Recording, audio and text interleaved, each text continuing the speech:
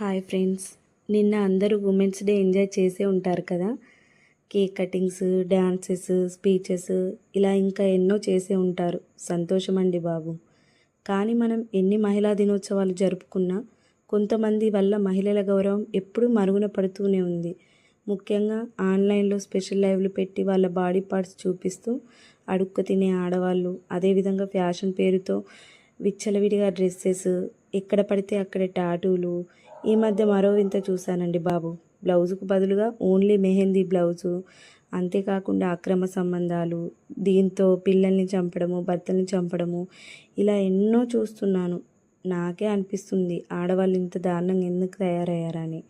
అలాంటి పనులు ఆడవాళ్ళు చేస్తున్నంత కాలం మహిళా దినోత్సవం అయితే నాకు తృప్తినివ్వదు. ముఖ్యంగా ఈ మధ్య కాలంలో ఆడవాళ్ళు చాలా మిస్టేక్స్ చేస్తున్నారు.